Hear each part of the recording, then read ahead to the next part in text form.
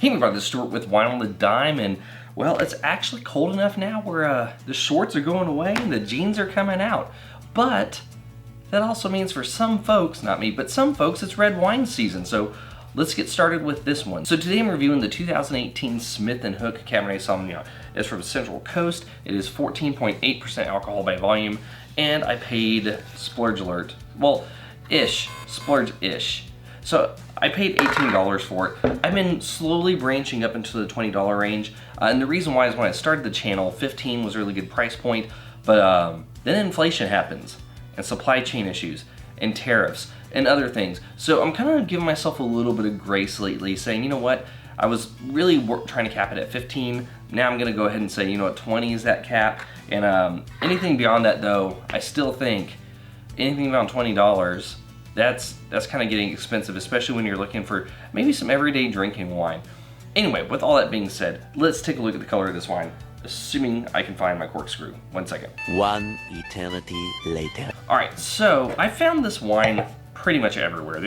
There's not been a major retailer that I've gone to that is not carrying this wine.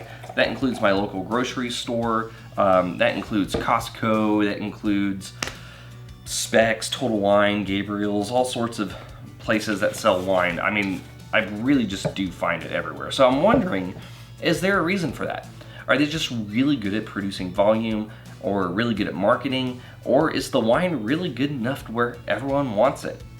We won't know until we evaluate it. Let's take a look at the color. From a color standpoint, oh, you were deep. Oh, you were deep. Deep ruby, no artifacts, no cloudiness. All right, so on the nose, wow, you are a pretty dense smelling wine. Medium on the nose. So even though it has this really deep, dense, inky, dark note to it, it's not super intense on the nose. It's just kind of average. But what I am getting is I'm getting a little bit of plum, getting some blackberry, a little bit of blackcurrant. There's also a little touch of vanilla, a little bit of clove, black cherry, and maybe a little bit of kind of sweet leaf tobacco. I mean, but not a lot. Just like the secondary elements in this wine are there, but they're not very heavy. It really is just a very fruit-driven wine. But how does it taste? Full body, tastes medium alcohol. Tannins, medium plus tannins. They're very gritty, very grippy and gritty. They're just kind of adhering, and they're a little bit rough. No, not a little bit. They're a lot of bit rough. Really high levels of dark fruit though. And that intensity that I was getting on the nose and the secondary actually comes out more on the palate.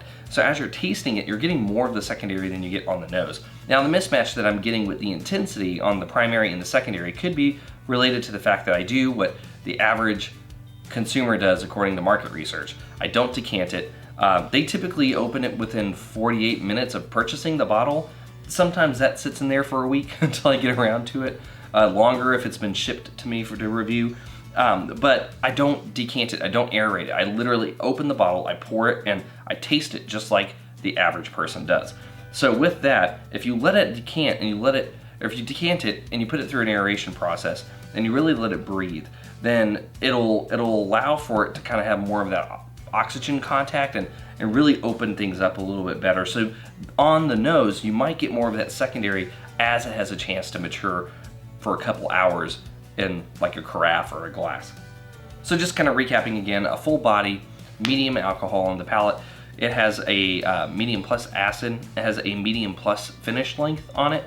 I feel like if you really let it breathe though, it might actually go and become a long finish. This is actually a pretty bold, powerful wine in terms of the flavors and it hitting you. The thing I have a problem with this wine specifically is the way the tannins interact with you. So hear me out here. My initial taste had these kind of grippy, gritty tannins. They're still there. But if you get a few sips under your belt, the tannins kind of fall off the face of the earth. It becomes a very soft wine once you kind of get that initial coating.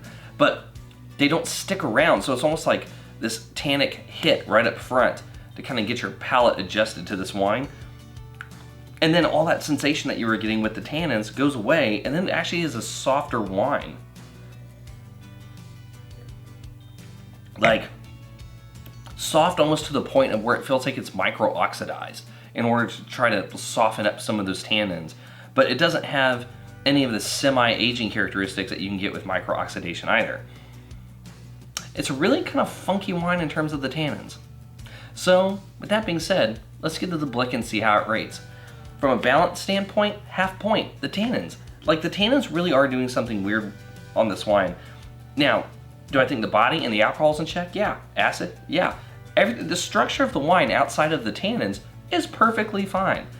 But because I take some sips up front and it tastes like a gritty wine, and then I take some sips later and it feels like there's almost no tannin, it's just really weird. It's like maybe the tannins aren't integrated, I don't know, but I'm going on too long for the balance, half a point. Length, medium plus finish, half a point. Intensity, medium on the nose, medium plus on the palate, half a point. And in terms of complexity, I'm getting a wide breadth of primary. I'm getting a hint of secondary on the nose, but it really shows up more in the palate, so I'll go ahead and give you half a point. In the end, I think this is a good wine. I don't know if I would do the standard consumer model with this wine. I really do think in order for this wine to become better, it needs to have more of that kind of air maturity. Like, you need to really let this thing breathe, open up. Either use an aerator or use a carafe and let it breathe for a bit. You really do need to let this kind of sit out and unlock a lot of those notes on the nose and on the palate. Now, with that being said, this is not a bad wine. And actually, this is a very, outside of the tannins, once you get past that, because I can't get over these tannins, once you get past that, it's a very middle of the road cab. So if you have some people who are a little bit scared of cab because they feel like it's gonna be like really hard, this has power to it, but it's not overly powerful. This has nice weight and it has nice structure, it has nice balance.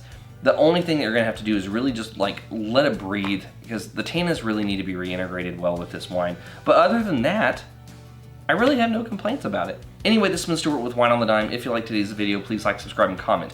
Have you at the 2018 Smith Hook Cabernet? I'd be interested to know if you have. Leave a comment below and I'll see y'all again soon with another episode from Wine on the Dime.